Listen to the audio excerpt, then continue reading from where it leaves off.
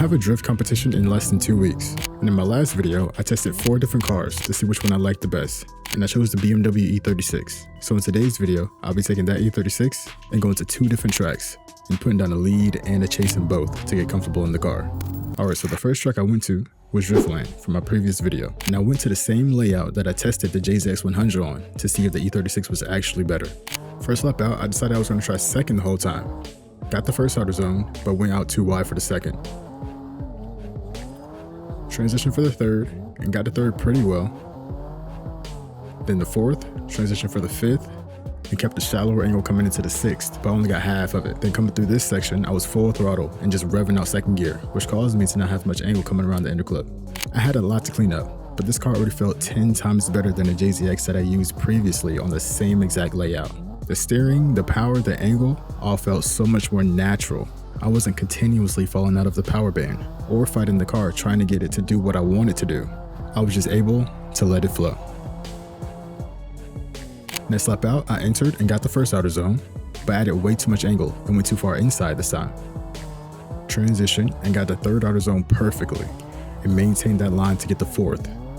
Transition for the fifth and immediately shifted up so I could gain speed coming into the sixth, and just tried to maintain that line through this section.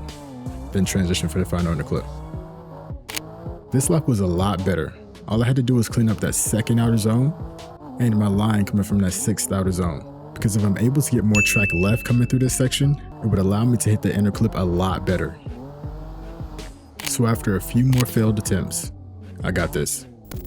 I entered in second, got the first outer zone perfectly, started left foot braking to get the second, transitioned to the third and got that perfectly as well, and the fourth, transitioned for the fifth and shifted up during the transition. That set me up for the sixth, and I was able to stay a lot more track left without using any left foot brake, which set me up to nail the inner clip. This lap was great, the best one I've done so far, including the ones I did in the JZX. I'm just able to stay a lot more consistent in this car. But the one thing I hadn't done yet was tandems. So I went online to see if there were any servers that uses the SVDS card pack, but I couldn't find any. So I went to the Discord, but those servers were completely empty. So I went on over to Virtual Steward and used this lap as a lead line. First lap in the chase, I entered with way too much speed and hit the lead car, but I was able to save it and rode the left foot brake because I was way too far inside. Transitioned and dove way too fast.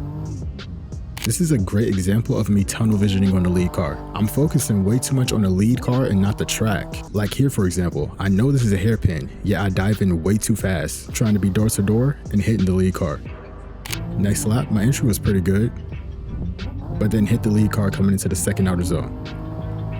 Transition for the third, and tapped the lead car again. Was a little shallow coming into the fourth, then transitioned for the fifth, and stayed in second and shifted to third a lot later than I did in the lead, and tried to maintain that proximity in line, then fell behind a little bit coming through the inner clip. This lap was a lot better, but I was still hitting the lead car. I try so hard to be door to door that I forget to remember where the track is going, because I've said in past videos I should start driving the track instead of tunnel visioning on the lead car, but it's almost like a mental block that I just cannot get past. So my next lap out, I focused on trying to not hit the lead car at all. Started left foot braking through the second outer zone because the lead car started adding angle. Transition was a little too far inside, but didn't hit the lead car, which is what I was focusing on. Transitioned a little earlier than I usually do, and just stayed in second this time and tried to maintain a steady proximity. But ended up too far inside on the inner clip this time. So I achieved the goal that I wanted to this lap, which was not hitting the lead car. And I did this a few more times, just staying back and giving the lead car space. And what this did was allow me to zero in on the lead car's line and help me learn where to be more aggressive and where I should fall back. And eventually, I got a great chase lap. And here it is. I had a great entry and got right on the lead car's door. Left foot brake through the second outer zone. Transition and got right on the lead car's door in the third.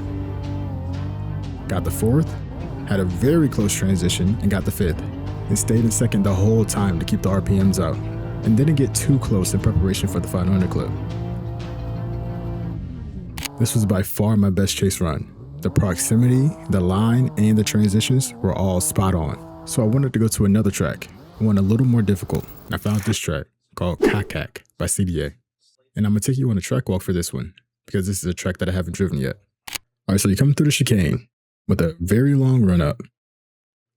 Enter into the first outer zone, transition to the second, then the third, start adding a lot of angle coming into the fourth.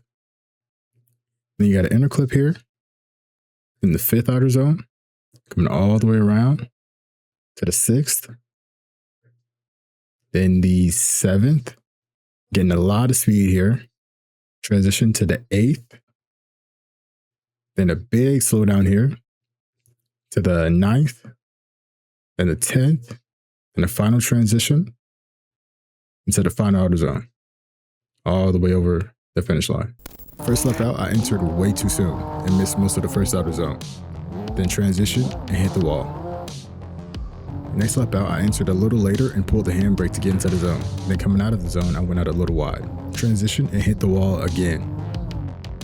And I kept hitting the wall over and over and over again. And I came to the realization that I'm hitting the wall because of my line. For example, I'm coming through outer zone 1 and transitioning here, and all this is doing is making the car carry its momentum straight into the wall. So my next lap out, I entered and got the first inner clip, and transitioned a lot sooner, and then got on power a lot sooner as well, so I could drive away from the wall. And I finally got outer zone 3, but missed outer zone 4, and got only a little bit of outer zone 5. Transition, and hit the wall. After struggling with this transition for so long, it felt so good to finally get it. Now, I just have to fix the second part of this lap. A few laps later, coming out of the fourth outer zone, I transitioned around the inner clip and just tried to keep the RPMs up coming into the fifth outer zone and just maintain that same line and angle. And that set me up for the next two outer zones. Coming out of the seventh outer zone, gaining a lot of speed, I transitioned and I was just redlining the car, which caused it to straighten. A few laps later, I got this lap. My entry was perfect, followed by a perfect outer zone 1. Transitioned perfectly, got outer zone 2, just stayed outside for outer zone 3, kept RPMs up by clutch kicking, got outer zone 4, transitioned for the inner clip, straight into outer zone 5, and maintained the angle of the wall by being smooth on the throttle and left foot braking.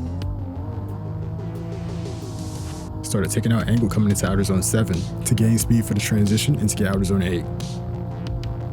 And just threw a lot of angle to compensate for outer zone 9. Then got outer zone 10. Then transitioned for the final outer zone.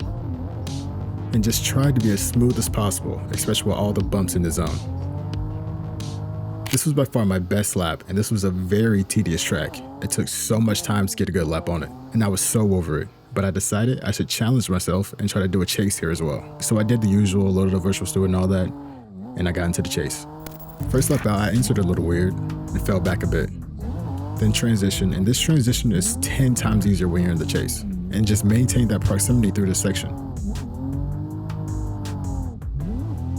Had a pretty decent transition around the inner clip, but then started falling behind coming into the fifth outer zone, which caused me to have to play catch up coming through this section.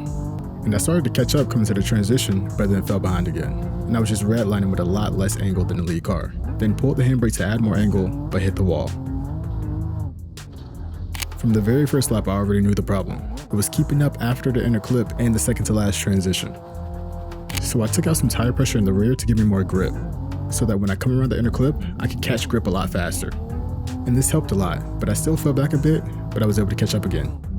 And in that same lap, coming to the transition, I stayed a lot more track left, and this helped me maintain proximity, but I added way too much angle and got left behind. After that, I knew exactly what I needed to do. I had a great entry and stayed back during the first outer zone. This set me up to dive on the lead car's door coming into the second outer zone, and I just stayed up in the RPMs while left foot braking to maintain that proximity. Fell back for the transition, got the transition perfectly around the inner clip and didn't add too much angle so I wouldn't get left behind. And once again, just maintained a smooth throttle.